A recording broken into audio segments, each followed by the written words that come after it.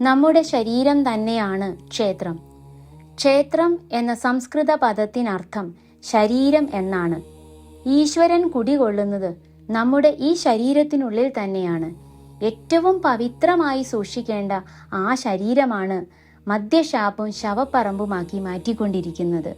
കൂടാതെ പരദൂഷണം, നുണ പറയൽ, അസൂയ, പക, വിദ്വേഷം, ശപിക്കൽ തുടങ്ങി കുഷ്ഠം ബാധിച്ച മനസ്സും.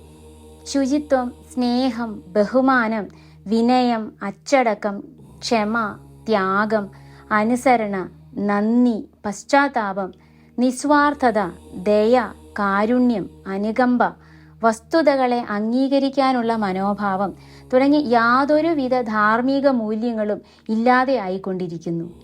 ഇങ്ങനെയുള്ള നമ്മുടെ ഉള്ളിൽ ദൈവം ഇരിക്കുമോ? ഒരിക്കലുമില്ല.